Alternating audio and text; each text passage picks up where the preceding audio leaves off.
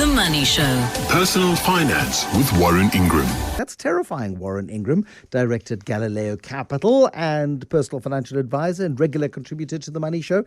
Herschel Javits is blowing wide open the problem in the residential property market in Joburg.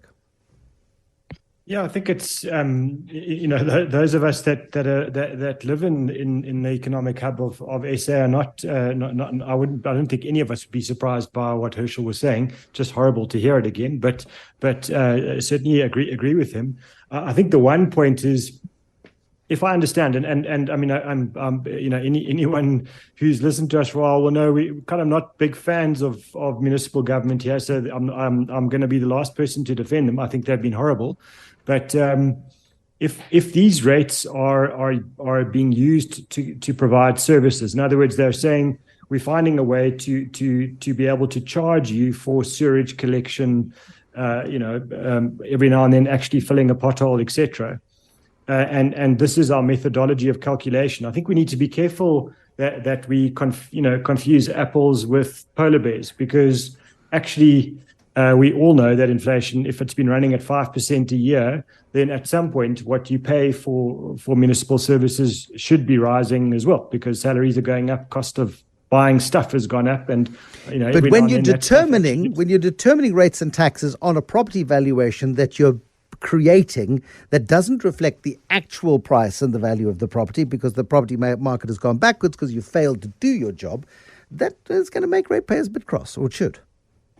It should make ratepayers cross, and I'm one of them, so I will be cross. But I just think our job is always perspective, and perspective is what does it cost to build the new building? Is it more expensive than the market price, and does it cost more to actually provide those services? If it does, at some point the price needs to rise. Otherwise, the city just gets less and less capable of providing whatever services they do provide.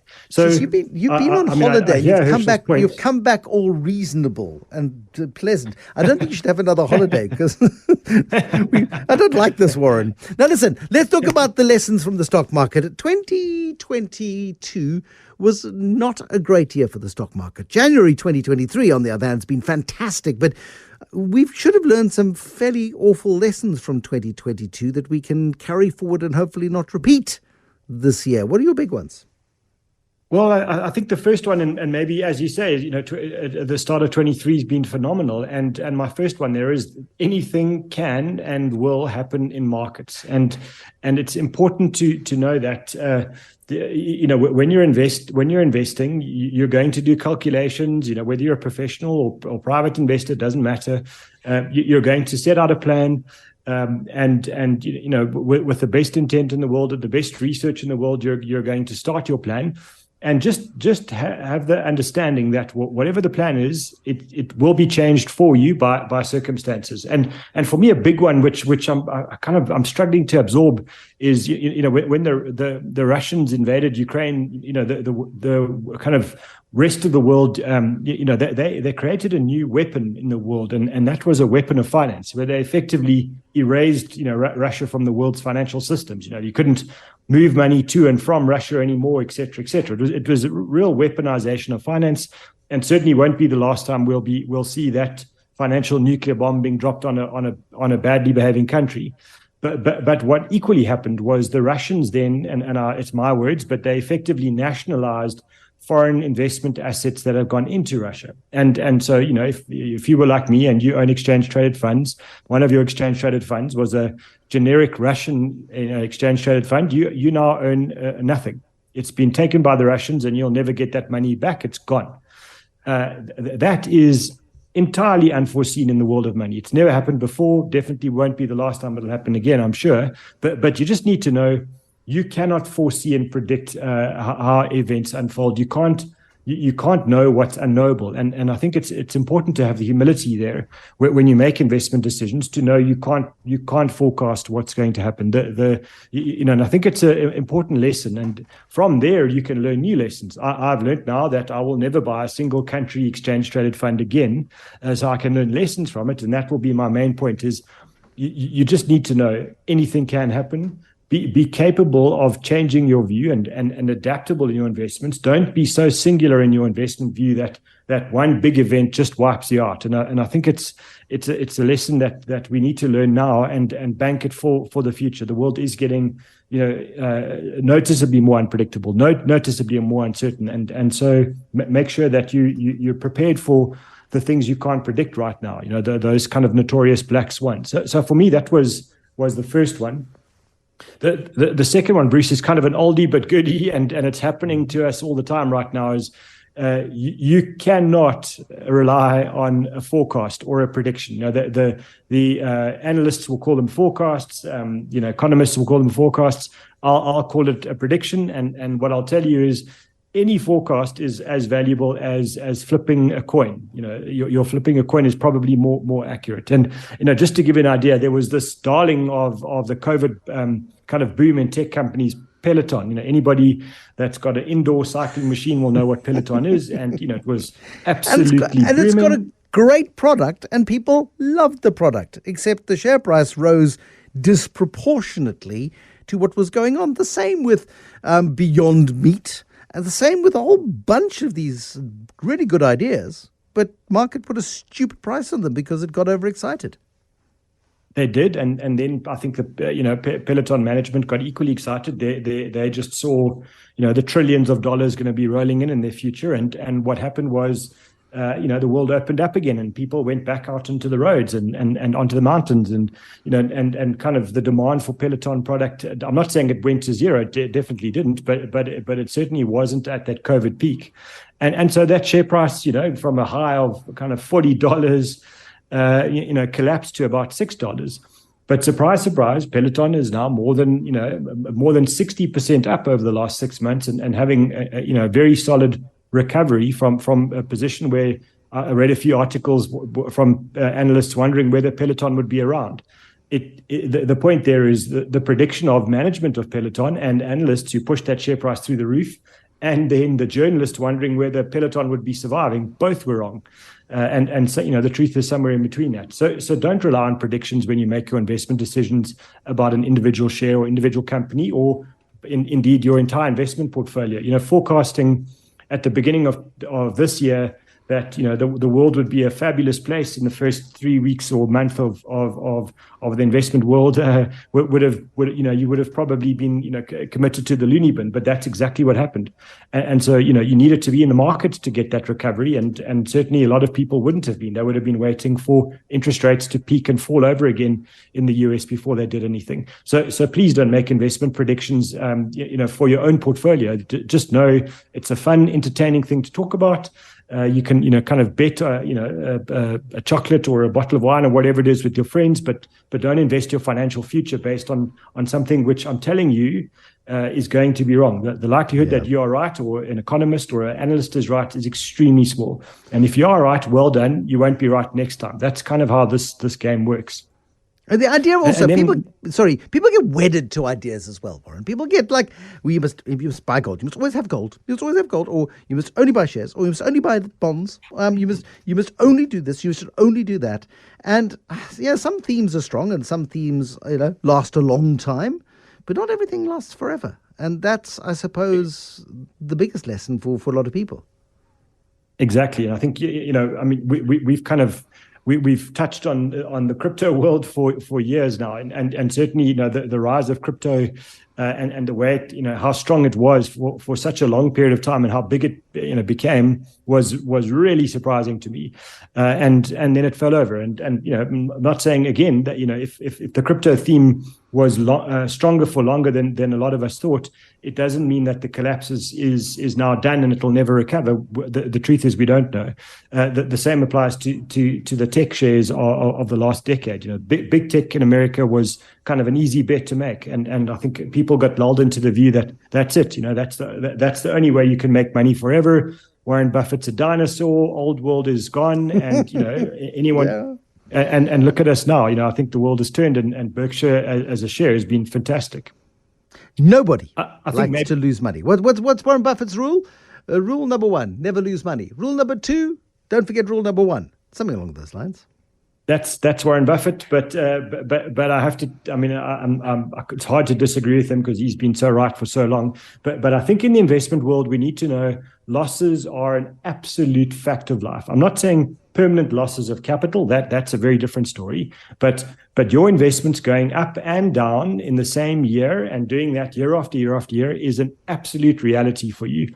In the US markets from 1946 to now, which is it's been not far off 100 years by now, it goes down about 10% in a calendar year, pretty much every single year since 1946.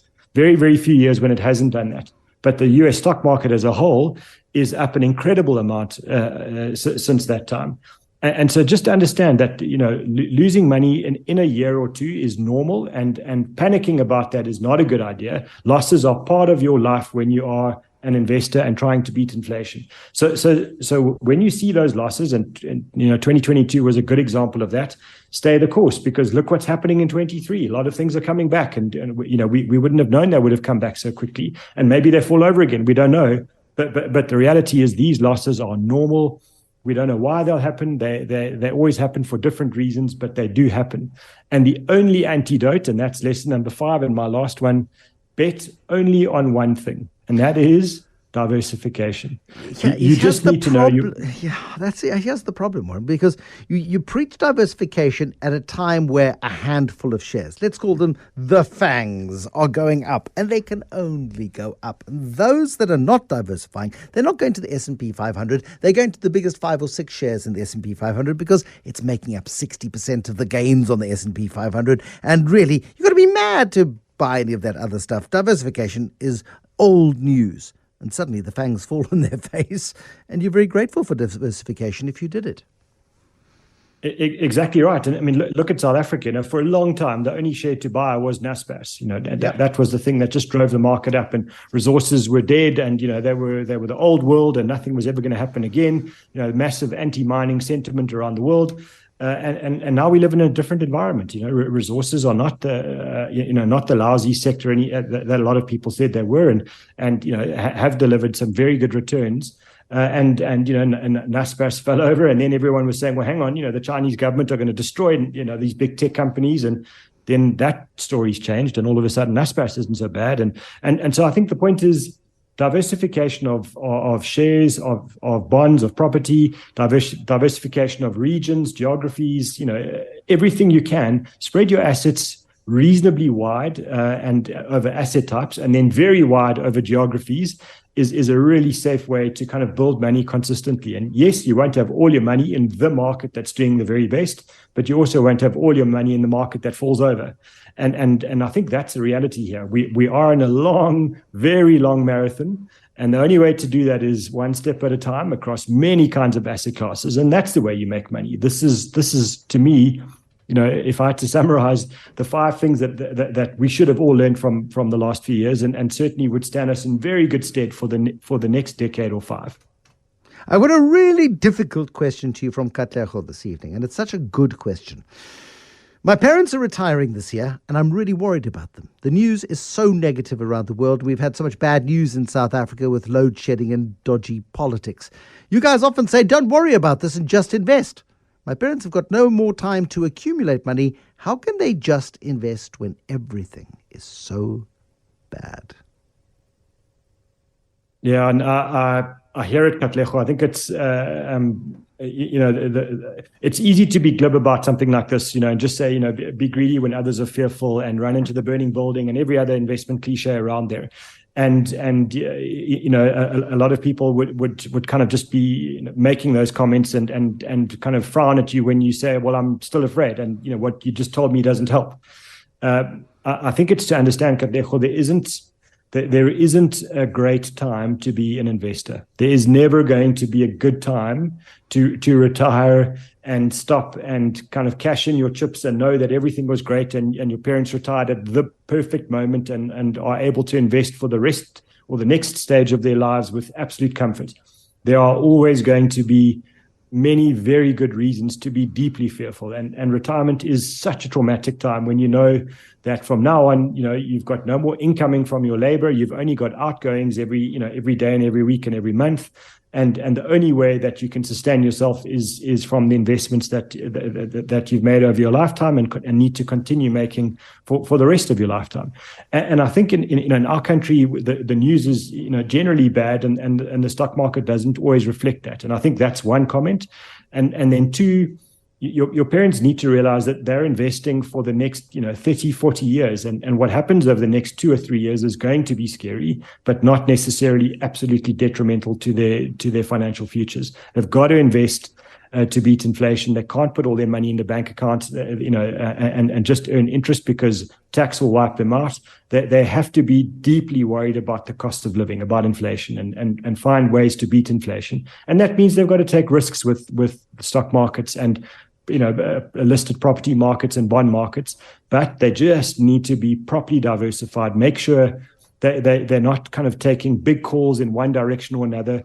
If they are worried about SA, make sure they've got a good, decent exposure to global markets as well, and then they've got to stay the course and maybe stop reading the bad news all the time and just know that things are going to be bad from every now and then, and kind of ignore the big scary forecasts and bad predictions. And remember, in South Africa, the stock market is not a reflection of the economy. The South African stock market is massively diversified away from what's going on the ground. And so load shedding is terrible, and it's really almost a humanitarian crisis in our country, but not necessarily a stock market crisis for every company in the JSE, especially the big ones. They have the financial muscle to deal with what's going on, and they do so much business out of SA that actually what goes on here is relevant, but not absolutely critical to their futures. So I hope that helps, Katlego. I think you've got to convince them to get invested, stay the course, and sometimes you just got to close your eyes. If you're properly diversified, things will turn. That's what's happened over the last 120 years. Warren Ingram, thank you very much indeed. Warren is a director at Galileo Capital, a personal financial advisor, and regular Thursday night contributor to The Money Show.